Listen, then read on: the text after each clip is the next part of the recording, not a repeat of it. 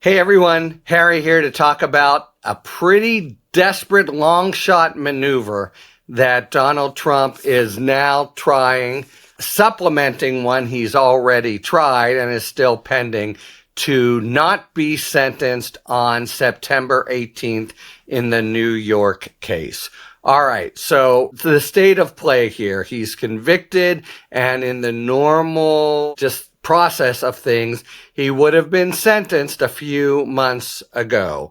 The judge, Justice Merchan, gave a delay for some briefing on the effect of immunity. So Trump has previously filed and Bragg has answered briefs saying, because of the Supreme Court case on immunity, the trial has to be redone and you certainly cannot sentence me. That is now in front of the judge, and he's indicated that he will rule on it. There'll be a hearing on September 16th, 2 days before the sentencing occurs. And so then the question is, if he doesn't grant a new trial, and I think it's very unlikely he would grant a new trial, does he just go ahead with the sentence on September 18th? All right. Trump has tried multiple maneuvers, and they all are full of hysteria at the consequence and irreparable harm of being sentenced. And there's actually some reason in the politics and the polls to think this. There was, at the time of his conviction, it seemed to pack a punch in the polls and bring him down a couple points. This was against Biden. And if you had a similar effect in mid-September, obviously, in a razor-tight case where he is now considered slightly down, it would be very significant. But the watchword that Trump has always said, anytime anyone does an action, prosecutor or judge, that can be considered sensitive to the political process, you hear him screaming that it is railroading for political reasons, a politicized prosecution, and the like. So there's an element of irony here. Of course, there's no rule or even practice against irony or inconsistency or hypocrisy with Trump. All right. What he's done now is, simultaneously as the motion is pending in front of Merchan to have a new trial and therefore knock the sentence from the books, and another filing that basically says the same, with a new attempt to call Merchan biased because his daughter works with a political consulting firm with Democratic clients. He's now done what's called a removal petition. Now, we've seen these before in Fulton County. This is what a federal official can do when he or she are sued criminally or not even criminally in state court. So there's a provision from way back when that basically focuses on the worry, which I think was much more tangible, in the Articles of Confederation or even Reconstruction days, that a federal official would encounter hostility in a state court. And therefore, if that official is being prosecuted for her or his official actions, things they do as part of their federal job, they are entitled under the removal statute to bring it to federal court, where it would still be tried under the same law. Here it would still be a state court, New York State adjudication, but the presumption is a federal court would give them a fair shake, and they wouldn't encounter the sort of home cooking and inbred hostility toward federal law that would really potentially railroad them. So Trump has brought a motion to remove the sentencing and bring it to federal court under this provision, saying I was acting as a federal official, and I have a federal defense. This should be in federal court. This may strike a distant chord of memory with some of you because he's done the exact same thing before. He already tried to move the case, the very New York case, to federal court.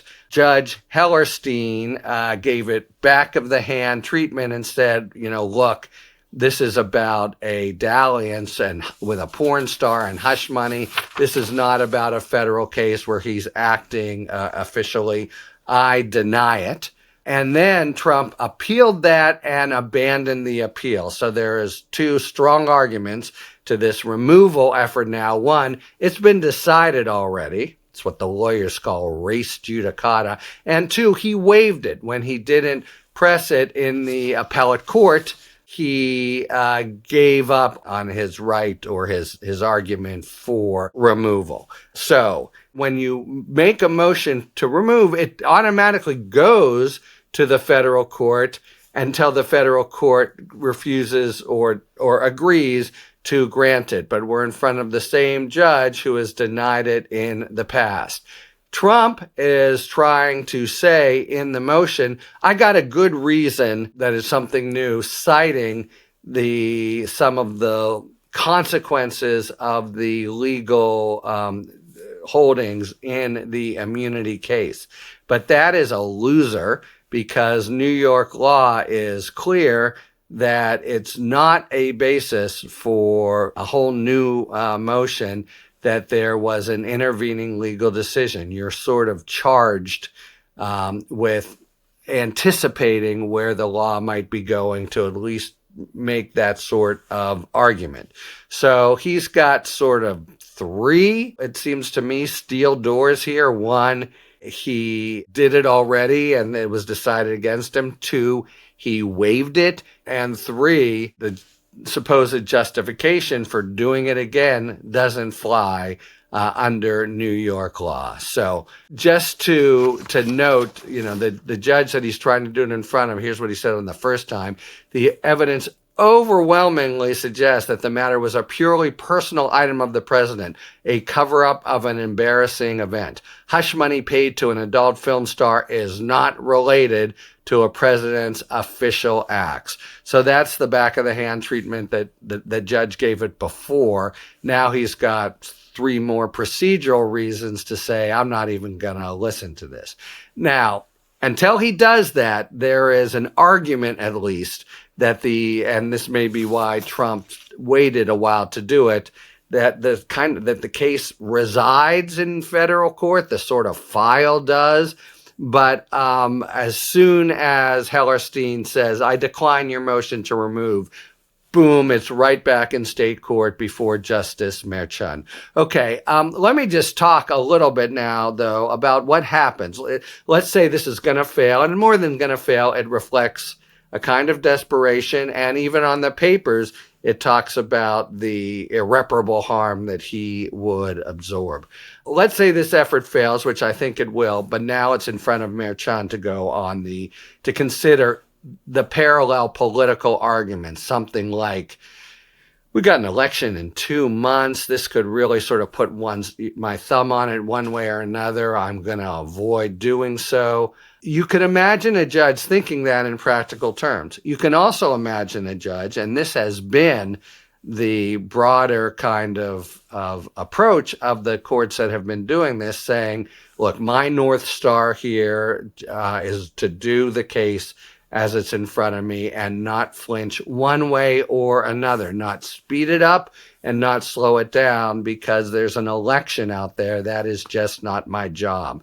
That's basically what the Supreme Court said in doing the major slowdown in the immunity case. That's what Judge Chutkan has said. And that does seem to be the strongest North Star. Just say, justice wears blinders here. I don't care that there's an election in November.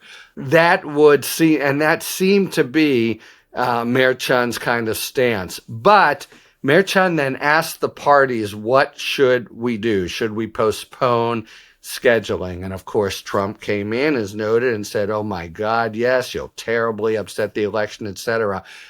Bragg, the DA, came in and basically said, we're not taking a position, you should do what you want. Included a lot of reasons why it made sense and was just sort of fair under the justice system to go ahead.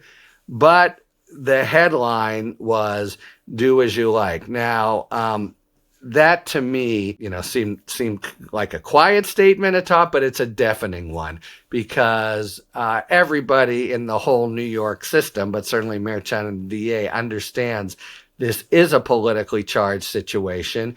And the way the DA has played it means that if Mayor Chen says, I'm punctilious, I'm just going to go ahead with the sentencing, that he's kind of out there alone. I think he could have expected, probably did expect, probably should have expected Bragg's office to go in, state that principle, so he would have something from the argument of the parties to attach to. As the DA says, we have a political situation, but we do our best to ignore it and blah, blah, blah, and see you on September 18th to pass sentencing. But the fact that the DA said, in a somewhat weenie-ish way, oh, whatever you say, and didn't absorb any of that political cost, to me, makes it more likely that, Mayor Chen perceives himself as being out there all alone, taking all the heat from Trump if he goes ahead,